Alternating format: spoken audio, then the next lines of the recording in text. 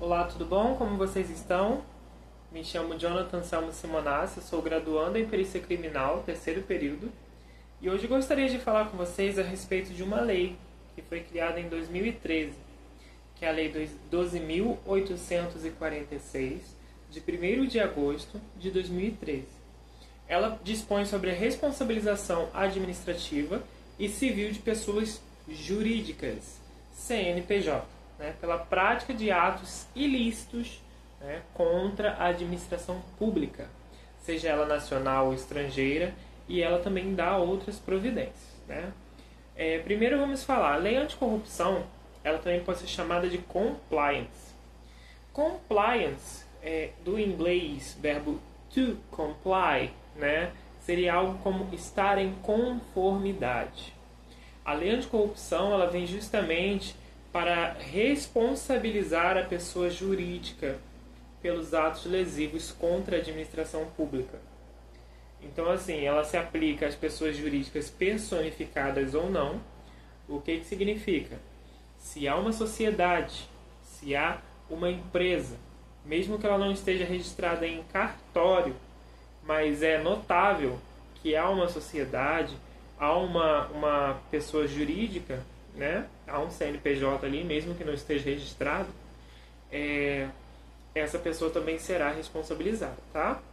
Então, assim, tal qual quaisquer fundações, associações de entidades ou pessoas, sociedades estrangeiras com sede, filial ou representação no Brasil. Quando a gente vai falar de compliance são medidas, justamente para dar subsídios caso haja uma responsabilização da pessoa jurídica. O administrador, a pessoa jurídica, o dono de uma empresa, ele não controla em sua totalidade os atos de seus funcionários, nem de seus sócios. Por isso a importância de saber com quem você se associa e as pessoas que serão contratadas. Inclusive, uma empresa que ela utiliza do compliance, ela vai dar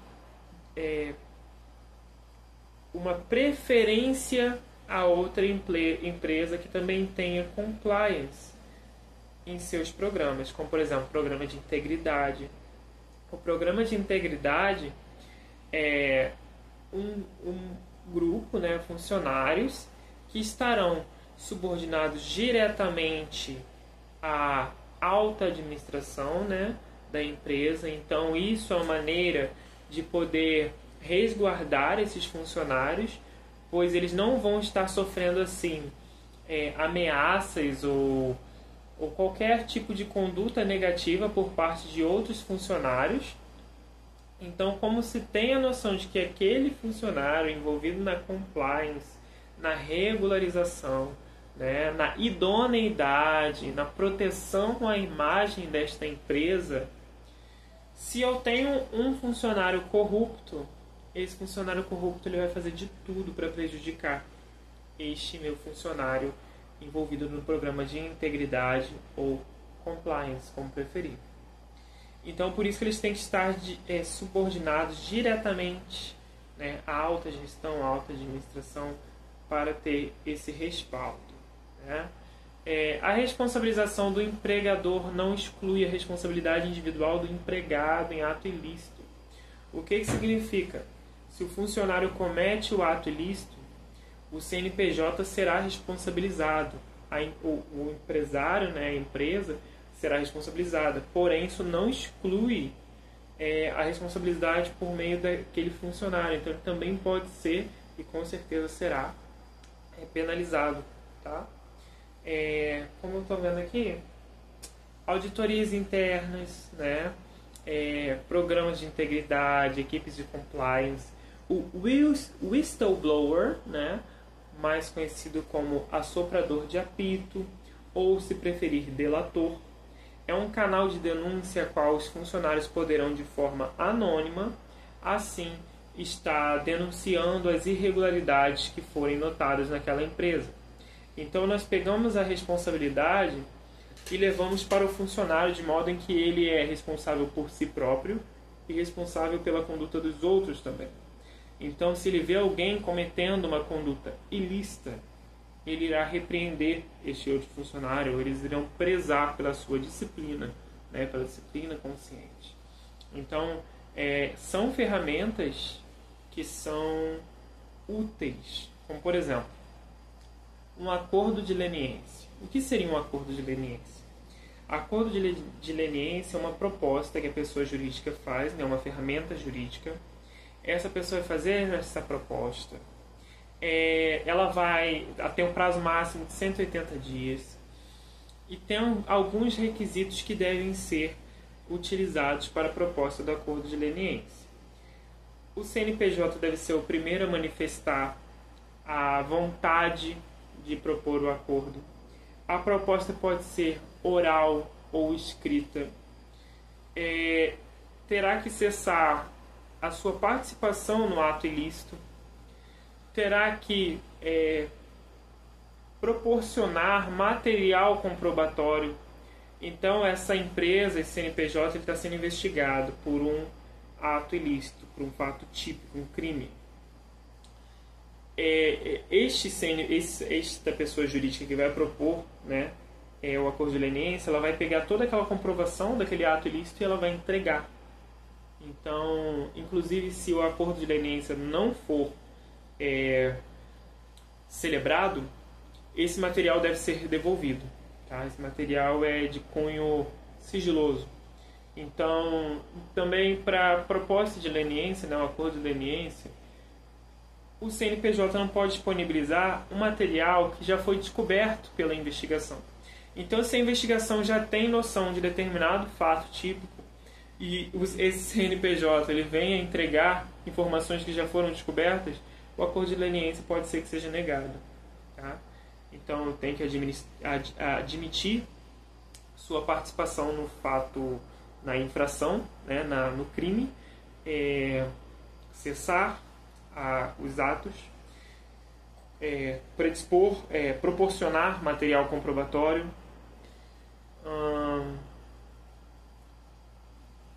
ser o primeiro a sugerir o acordo de leniência, e tem mais outros requisitos também que eu estarei deixando um link para que possa ser acessado. Tá bom? Então, o que acontece?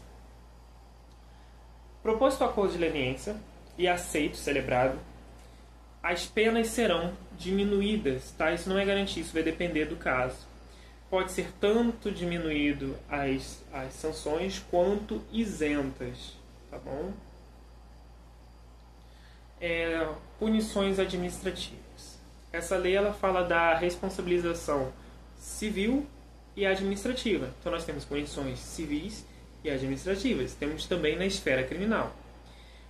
Poxa, mas tem na esfera criminal? Empresa pode ser responsabilizada criminalmente? Em casos como crime ambiental, pode, né? Mas o que eu quero dizer é o seguinte. Punições judiciais, né? Judicial, perdão, não é criminal que fala. São a suspensão das atividades da empresa né, a dissolução da empresa. Então, vai perder o CNPJ. Pode tanto ficar sem funcionar, quanto pode perder esse CNPJ. Tá? Então, punições judiciais aplicadas ao final de um processo judicial. Punições administrativas a respeito dessa responsabilização. A lei, a responsabilização é objetiva. O que significa? Basta a comprovação do fato típico para que o CNPJ seja responsabilizado.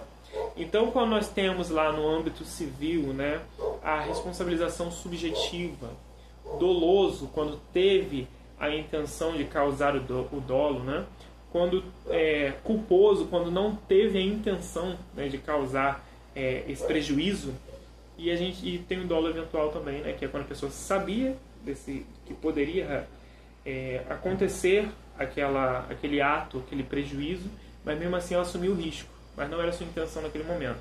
Mesmo assim também será responsabilizada. Tá? Não é esse caso. Isso é uma responsabilização subjetiva. Tá? Então a gente não está falando da responsabilização de um CPF, a gente está falando da responsabilização de um CNPJ. Ele é objetivo. Então basta a comprovação do ato ilícito.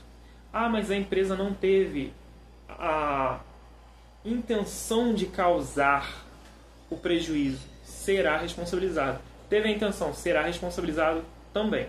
Tá? Então aqui, punições administrativas aplicadas ao final de um processo administrativo conduzido pelas prefeituras de Estado, União.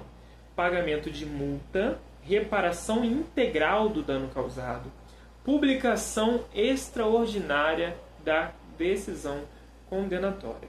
Multa no valor de 0,1%, 0,1%, a 20% do faturamento bruto do último exercício anterior ao da instauração do processo,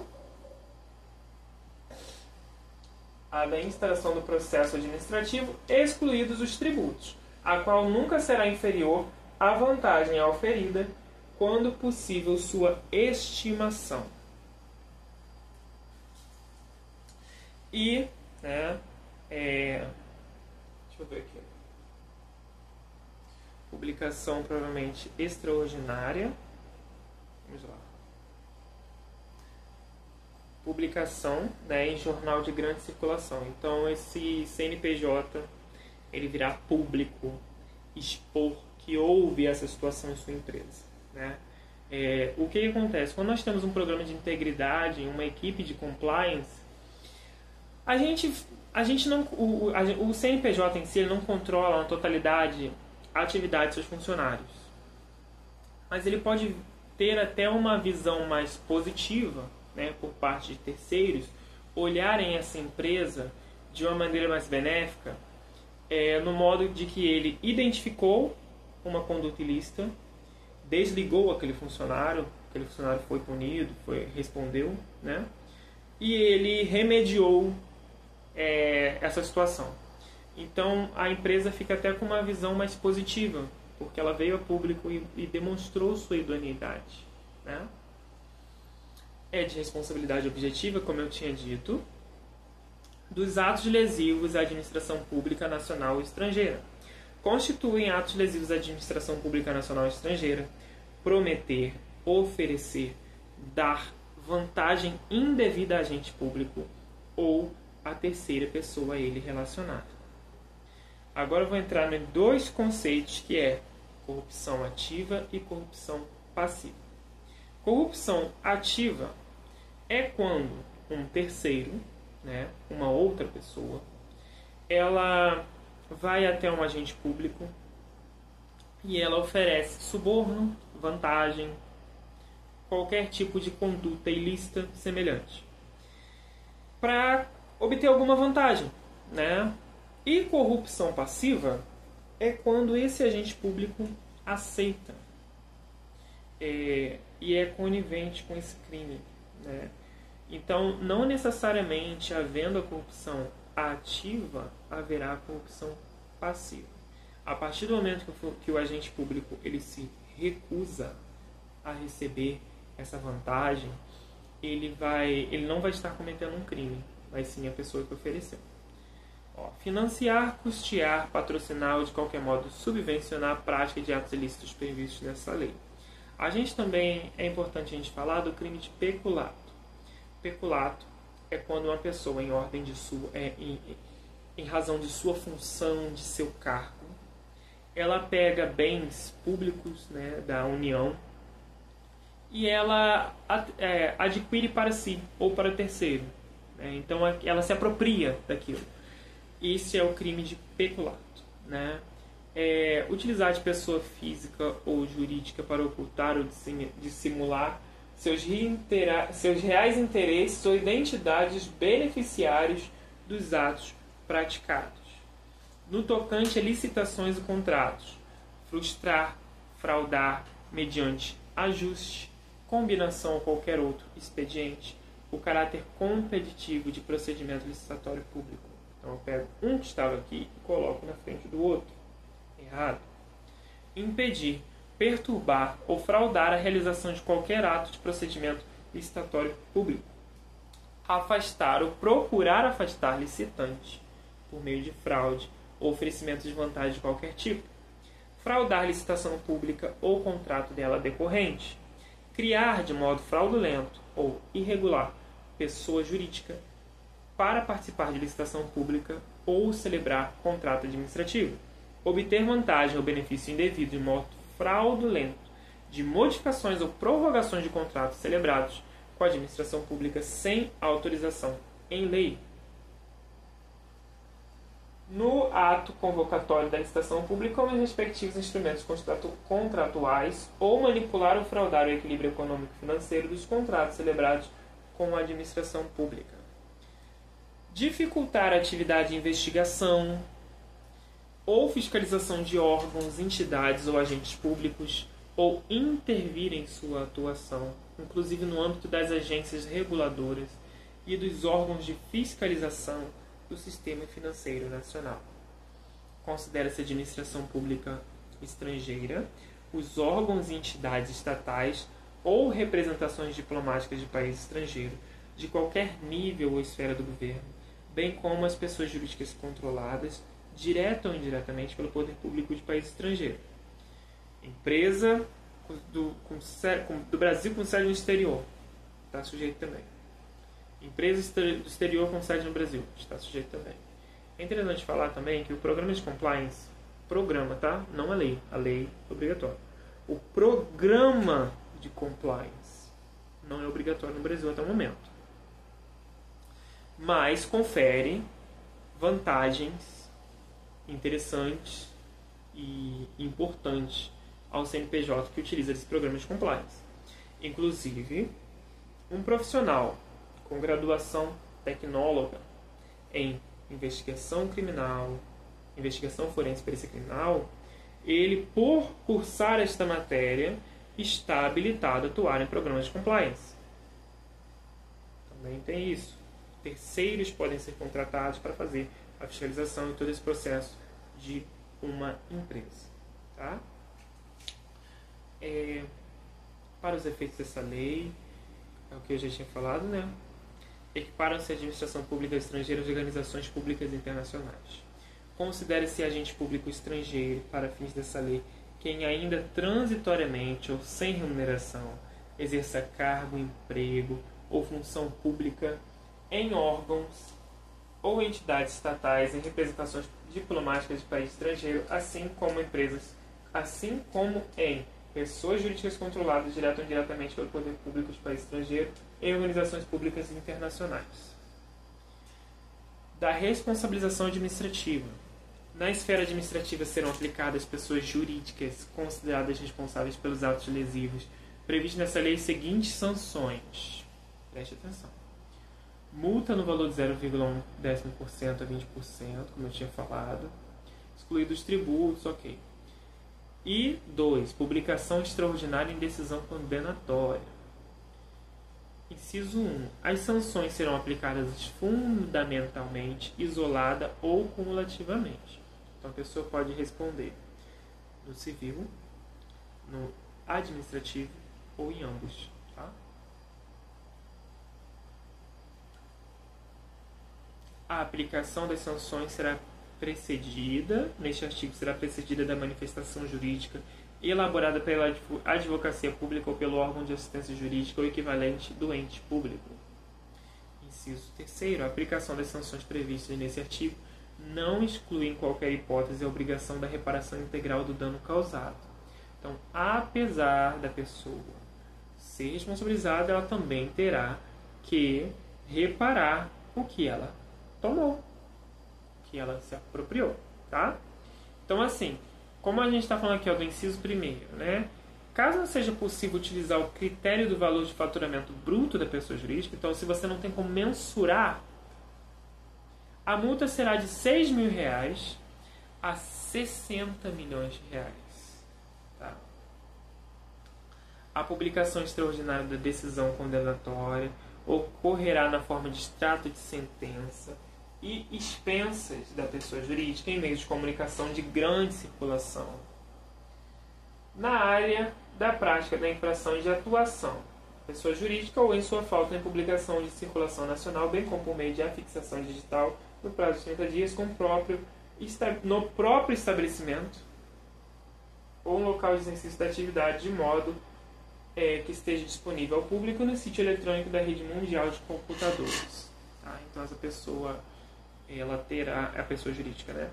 Ela vai vir a público e falar, ó, houve fraude, houve ato ilícito aqui nesta empresa. Ela vai ter que vir a público para expor essa situação. Artigo 7º. Serão levados em consideração a aplicação das sanções, gravidade da infração, vantagem auferida ou pretendida pelo infrator, consumação ou não da infração, o grau de lesão ou perigo da lesão, o efeito negativo produzido pela infração, a situação econômica do infrator, a cooperação da pessoa jurídica para a apuração das infrações. Aí a gente entra no acordo de leniência. Então, se essa pessoa jurídica ela traz uma disponibilidade, ela facilita esse processo, pode ser que ela obtenha aí algumas vantagens, tá?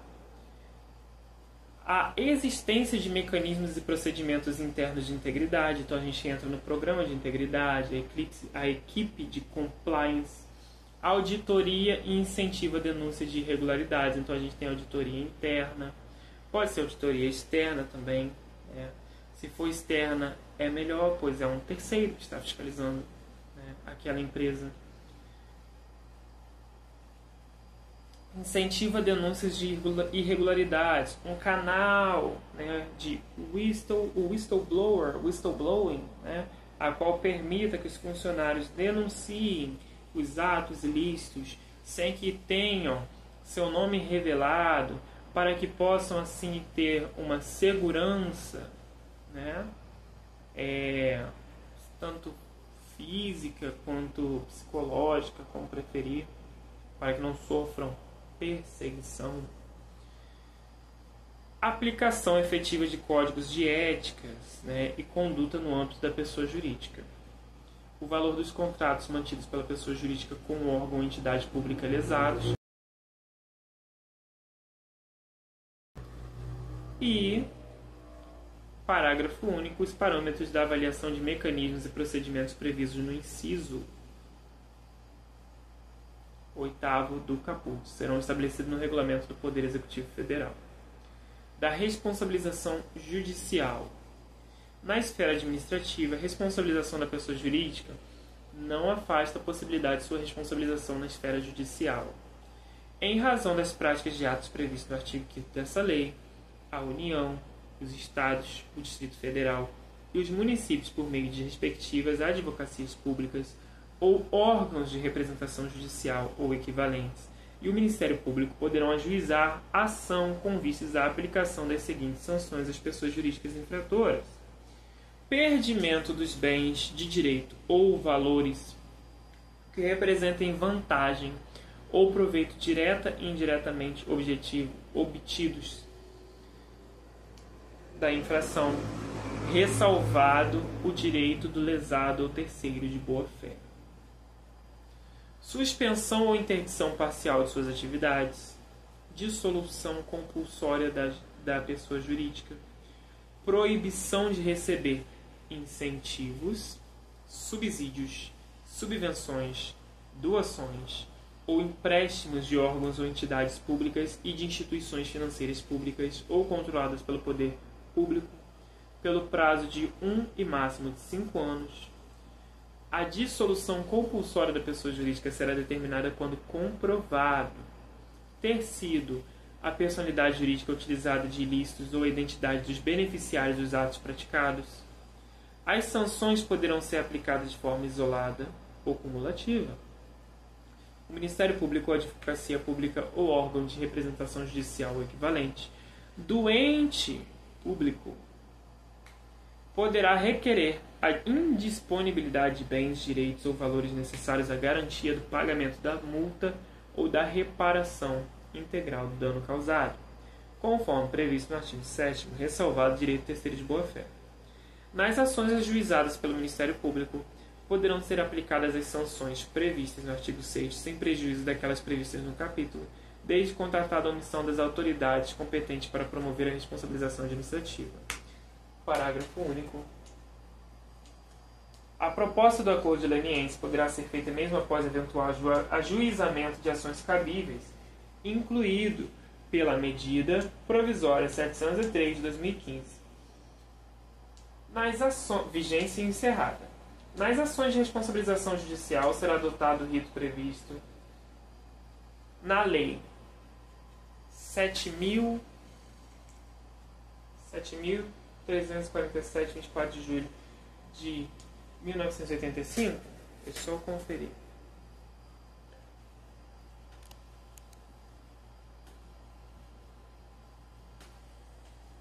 É isso mesmo. 7.347, 24 de julho de 1985. Só colocar aqui mais um pouquinho. Parágrafo único. A condenação torna certa a obrigação de reparar integralmente o dano causado pelo ilícito, cujo valor será apurado em posterior liquidação, se não constar expressamente da sentença.